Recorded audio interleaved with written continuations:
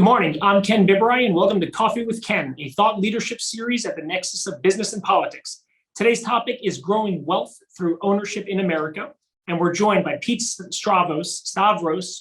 I thought I was the only one whose name got messed up.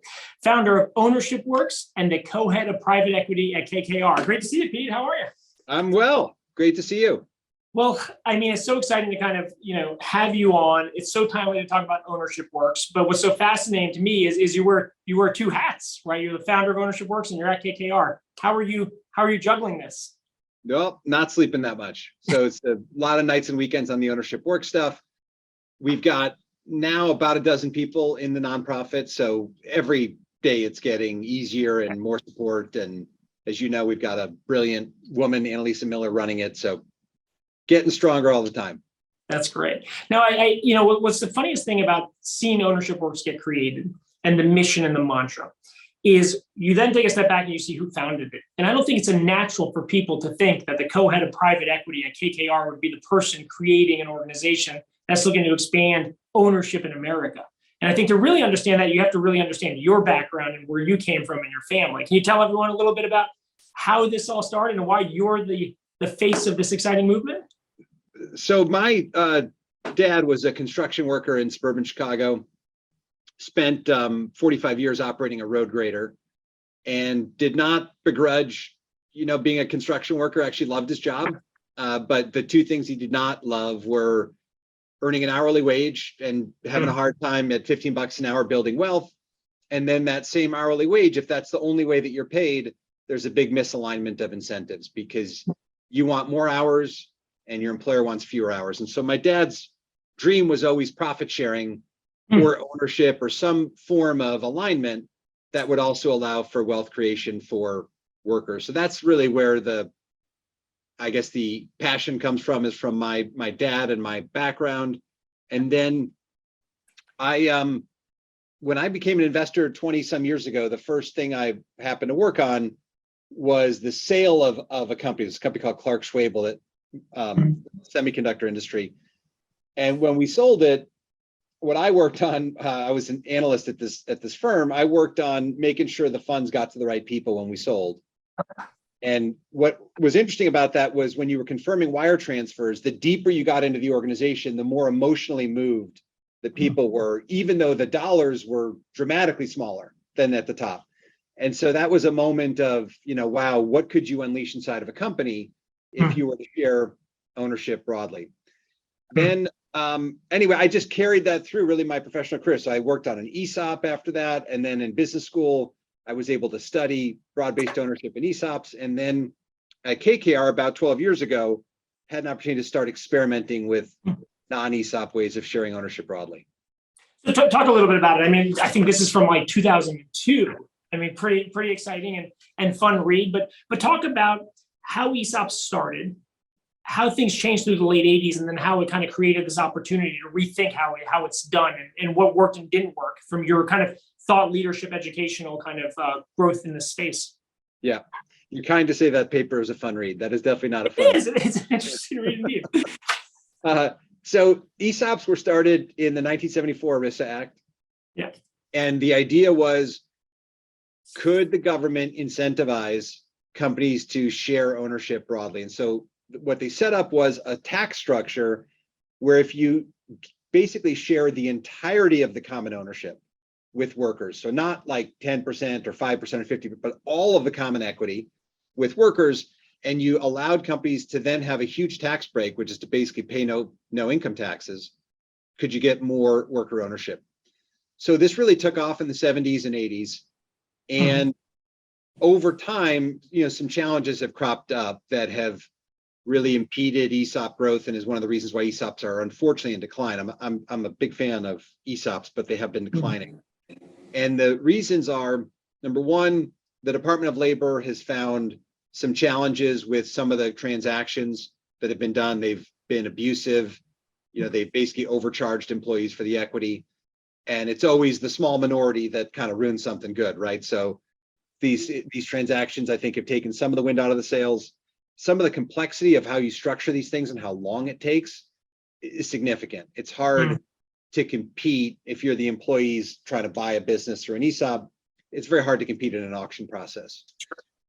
And then there's just a lot of other, technicalities around redemption requirements that get put on the company that force the company at times to say, well, we just got to sell it because there's so much money we need to come up with to cash people out. You have to have an ESOP trustee on the board, and some people don't like that. So there've been probably half dozen things that have taken a great thing and just made it less common over time. So, which brings us to how we're doing it, which is trying to, solve for some of this. How do you not share 100% of the common stock, because that won't work for public companies or private equity, but share a meaningful amount with workers and then avoid some of these other challenges? So when I was reading your paper, you referenced Louis Kelso, who wrote a book called The Capitalist Manifesto. And one of the interesting things about that was his reference to motivating the workforce and getting what you mentioned, the alignment of interests, and really focus on systems to get people more productive, they feel more vested. Talk a little bit about that and from the worker perspective and your father's background and what you've seen even at KKR with some of the efforts you put in place in acquiring companies and sharing ownership. And so we've got a partnership with Gallup at Ownership Works, where they really help us look at what's moving the needle with respect to a worker's or an employee's propensity to quit and how engaged they're feeling on the job. Mm-hmm. Really moving the needle on those things takes a lot more than just sharing stock. And if you talk to folks in the labor department, I think this is one of the other areas where they've been a little disappointed with the ESOP movement. Is they said, we just haven't seen that much of a change in how these companies operate post transition, which is something we've been working hard on, which is how do you delegate some decision-making rights? How do you open up the business plan and share information with the entirety of a workforce so they feel informed, included, trusted, respected, like you're trusted and respected enough to be treated like a real owner in the business. So all of that information sharing, the surveys on employee engagement, don't just get the results, but what are you doing to act on the results? Mm-hmm. And really commit yourself to changing how the company operates to make people feel heard and also just to improve the way the business is operating. So it's all of financial coaching, financial literacy, it's all of these things taken together that really move the needle for workers over time. It's about much more than just ownership. Now, putting your hat on at KKR, give us some examples of case studies or companies that you were involved in that kind of helped validate the new structure you're trying to advocate for with Ownership Works. I mean, I saw that amazing video you had at Social Innovation Summit. I think it'd be great to hear a little bit more about some of these case studies and so on. Sure. So that example was CHI Overhead Doors, which we sold last month. And that company, this took 7.5 years, but really transformed itself culturally, operationally. The profit margins went from 21% to 35%. Which is basically the margins of like a software business, and this is a garage door manufacturer.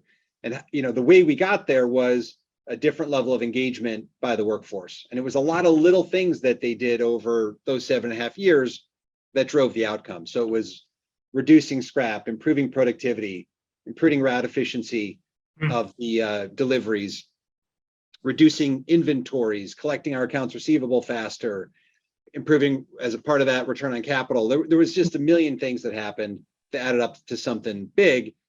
And underlying all of that was the work around ownership, engagement, financial literacy training, getting information in people's hands, quarterly owner meetings, so people know, what we're doing and how we're doing. But other examples would be, Ingersoll Rand, there is a company that this took 9 years. The quit rate, so the percentage of employees quitting every year went from 20% to 2%. Wow. And the engagement scores, as measured by Gallup, went from the 19th percentile to the 90th. And again, this is 9 years of work. So it's not like this stuff happens overnight. But what went along with that was a radical improvement in the efficiency of the business, the productivity of the business, the margins, the profitability, and then, of course, the returns for investors. So this is one of those rare, when it's done well, rare examples where really everyone can win. Workers can be better off, the company can be better off, the community and shareholders.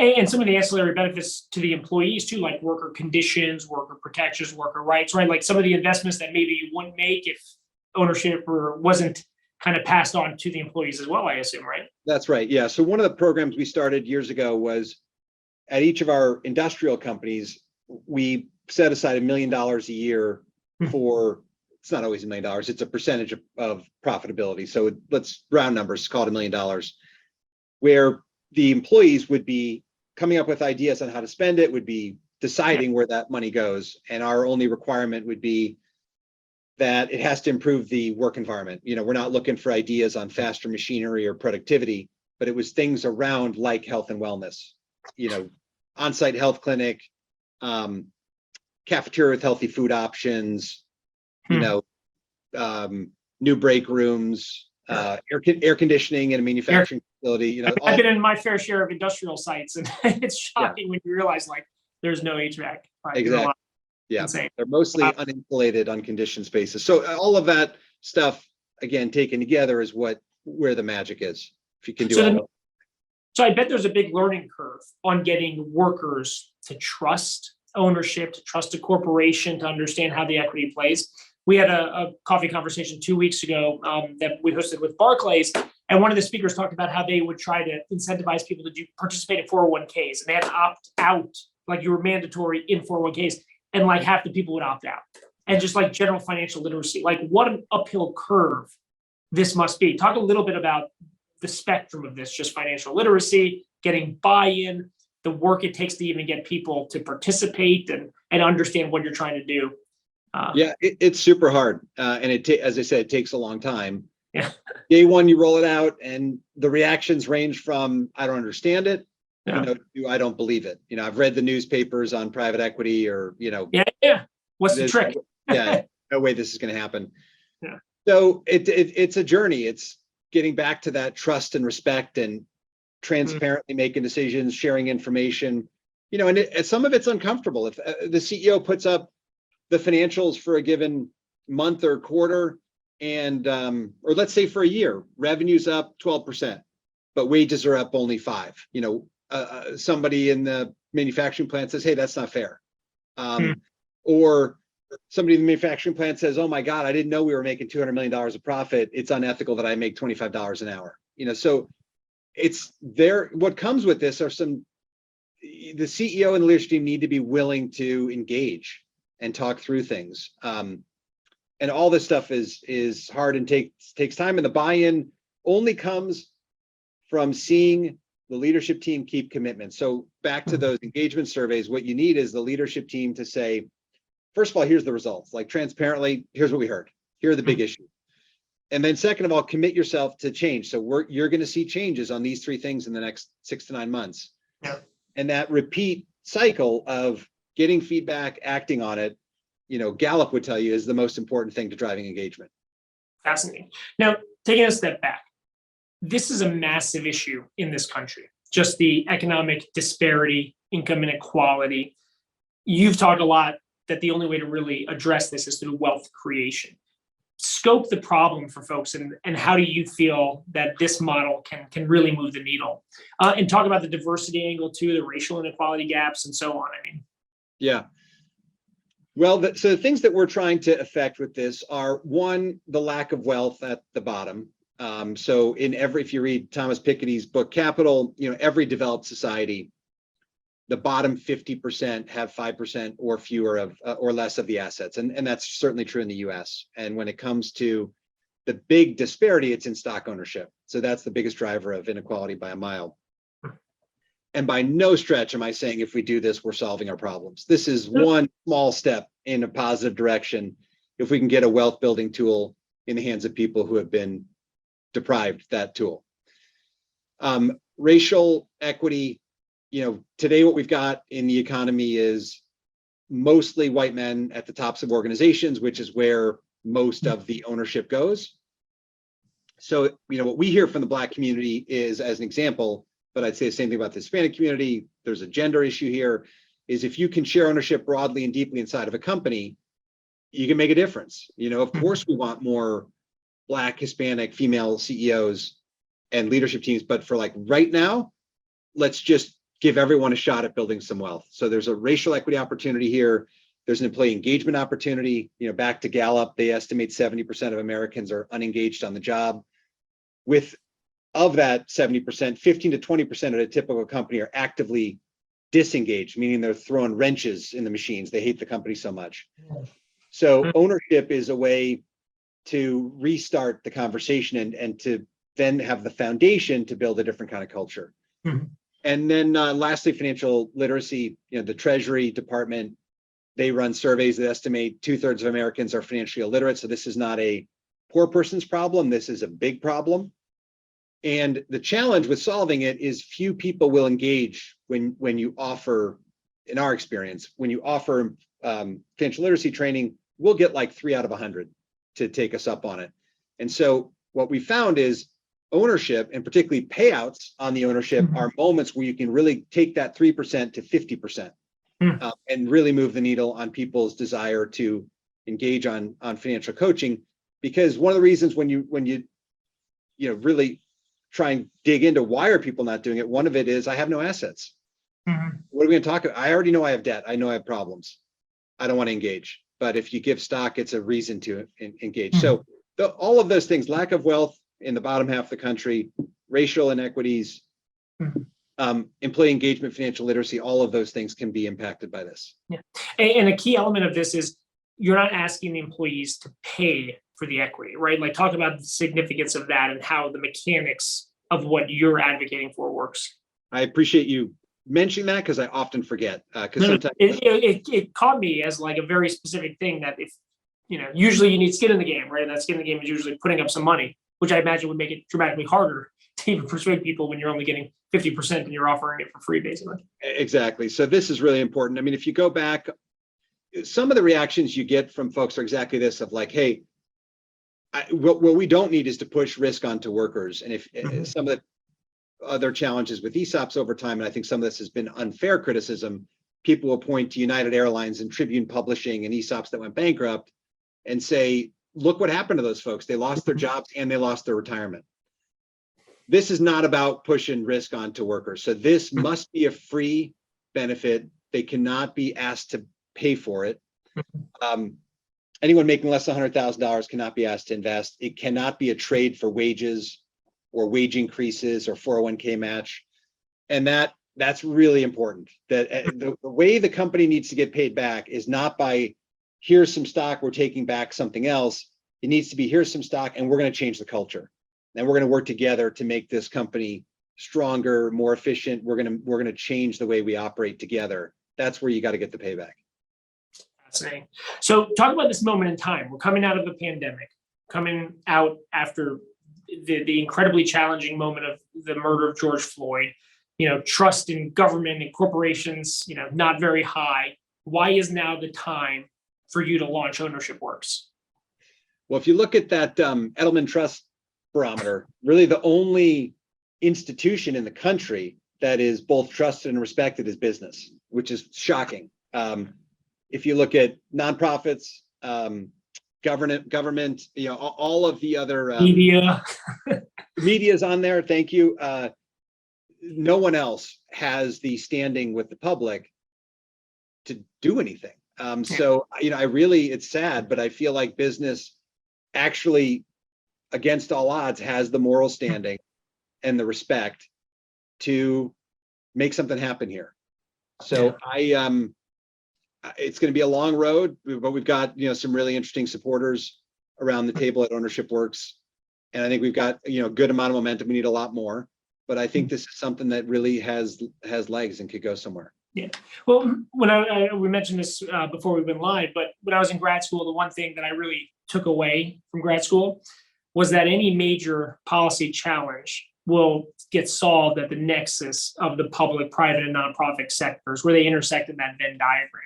And when I look at what Ownership Works is pulling together in terms of your coalition, your supporters, from unions to corporations to pension funds to nonprofits, talk about how you're focused on that kind of middle of the Venn diagram and all the actors and parties that need to be involved to actually move the needle, right? Like you've committed to, really trying to drive $20 billion in wealth creation over 10 years, right? So it's pushing a rock uphill. How important is it to have these partners? How do you think about adding on partners? How can people get involved? Yeah. So we, as you noted, we wanted to have a lot of people at the table working together across different parts of society. So we've got the bluest of the blue chip nonprofit foundations, Rockefeller Foundation, Ford Foundation, Nvidia Network, et cetera. We've got on the business side, investors, banks, consulting firms like McKinsey, not only contributing money, but contributing real intellectual capital to help make this happen. Labor, you mentioned. So we've got, people who are often on the other side of the table from business. President Obama's head of the NLRB, Wilma Liebman, is on our board. We've got Andrea Dellendorf working with us, who is certainly no fan of the investment world, but thinks this, if done well and genuinely done in a way that's positive for workers, could be very meaningful. And so, we've got, and then pensions, you mentioned, we've got, Washington, state of Washington, New York Common, CalPERS, all the big pensions saying this is something that not only is going to help our beneficiaries because this is good for business, but is going to help the economy more broadly.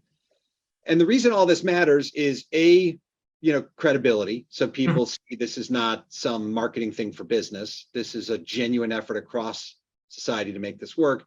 And then B, ideas. The way different people from different parts of society come at things is just totally different. And so we've had people from labor already saying, if you thought about this or that, or this is important to us, it's not necessarily top of mind. And same with pensions and I would tell you, Ford Foundation and Nvidia Network in particular have been so helpful to us in how we think about constructing a board and operating rhythms of a nonprofit. And, I've never started a nonprofit before, nor have the other people who started this with me. So we're taking help from all sides. That's great. And then have you been surprised by some of the reactions that have come forward? I mean, you probably develop a plan, you're going to launch, you build a team, and you kind of have where you think you're going. How has it metastasized since you've launched? I mean, the press has been incredible. It sounds like partners reaching out. Any surprise? What's caught you off guard? It's been a big surprise. We were way beyond where we thought we would be. We thought we would. I mean, based on what we've got. You're on Coffee with Ken, for goodness sakes, Peter. Come on. Based on the support we've got right now, I would be disappointed if we don't blow past 20 billion. You could really see a real path to 100 billion. And when you look at the lack of wealth in that, as we've talked about, the bottom half, that's a transformational amount of money. So we're cautiously optimistic. So this. Nonprofits, this is the space you test and you push and you learn and you evolve. To really move the needle, as you saw in the 70s, government stepping up, ESOPs, tax benefits, etc. What role can and should government play in advancing this idea of wealth creation and ownership? I mean, do you have policy ideas you're pushing forward yet? How do you think states, municipalities, the federal government should be thinking about this? And what do you want them to kind of absorb and process from the work and success that you create over time? Yeah, I think that the government, definitely there's a big role to play. I've got a million policy ideas, none of them ready for prime time. The government is already playing a role with ESOPs. So, there's consistently ESOP bills and modifications and improvements to that program that happen all the time. So at the state level, for sure, and there's some things happening at the federal level. So that there's a role there for sure, and then there's going to be some things that we need help with. Just to give you an example, sometimes there's this parachute payment regulation that was passed, which discouraged huge payouts to senior executives upon sale of a company. It instituted an excise tax, and it mandated a bunch of disclosure around it. We now have blue collar workers who are getting huge payments and getting ensnared by parachute payment regulation. So there's going to be some mechanical help that we need, but also some bigger swings on the policy side for sure. Nice. When you think about the broader ESG movement, a lot of attention is obviously focused on climate change and sustainability, and companies really focus there as they should. But where do you think this notion of wealth creation and ownership and what you're advocating for should fit in that mantra? Like, what do you want companies thinking about it as they think about ESG and they think about their workforce? We want investors and companies to think about this as a core part of the S. So really, as it relates to social sustainability, the biggest reason the economy is not sustainable is because of the lack of wealth and savings in the bottom of, I mean, that's it. If we're really serious about sustainability, of course, diversity matters, and there's going to be other things on the S that are important, but the economy is not sustainable in the way it's set up. So I don't see why this wouldn't be a core thing investors are asking companies about. Yeah. Why boards asking their executives about. We've got to find a way to lift up the bottom half of the country and get appreciating assets in their hands. And this is a way to do it that has the potential to pay for itself and pay for itself many times over if it's done well. That's great. So if you're a company, if you're a CEO and you're watching, how can they get involved? What size do they need to be? What sector do they need to be in? I mean, who's the right company that should be thinking about advancing ownership within their own organization? I mean, is it any size? Is it any sector? Who should call you to get some advice and guidance? It's any size, any sector. The most important thing is the leadership team really wants to do this and is committed, because this takes years and it's a lot of work and it's a lot of time. Now, the CEOs who have done it, I will tell us, most meaningful thing they've done in their professional lives. Amazing. So I think it's worth it for many reasons. And I think the leadership teams get a ton out of this, but you've got to want to do it and you've got to be committed to it. That's the biggest success factor. Next, if you look at the ratio of the number of employees to the value of the company, it is harder when you've got, hundreds of thousands of employees and a company that's not that valuable, because there's not enough equity to get in people's hands. Now, we've got some ideas that I've been working on how you might be able to overcome that, even in that type of a situation, like a retailer, but it's harder. And then the last one would be just the stability of the workforce. This is harder to institute when you've got massive turnover. If you're churning your employee base 70, 80, 90, 100% a year, it's a harder place to start. Not impossible. And I would argue you could have a modest transformation in the turnover rate or improvement in the turnover rate that would lead to a transformation of the business. If you could take that 100% turnover and make it 80 cumulatively over 5 or 10 years, that's huge. Yeah. Well, look, I think it's incredible what you're doing, the team you put together, offering the opportunity for folks to, prioritize income inequality, wealth creation, building and strengthening their own workforce and talent base, and kind of growing their own companies, addressing ESG issues, DEI issues. You kind of seem to be right at the nexus of it. Thrilled to have you on today. Appreciate you and everything you've done. I mean, it's amazing. Thanks, Ken. Thanks for having me. I appreciate it. Everyone tuning in, thanks so much. Our next conversation is going to be next week, August 3rd. We're going to have Ben Miller, the CEO of Fundrise, on to talk to us about interesting ways to democratize access to investing. So be sure to visit coffeewithken.com to subscribe and take a look at past sessions that we've had. Thanks so much, Pete. Appreciate everyone being on. Thank you. Take care.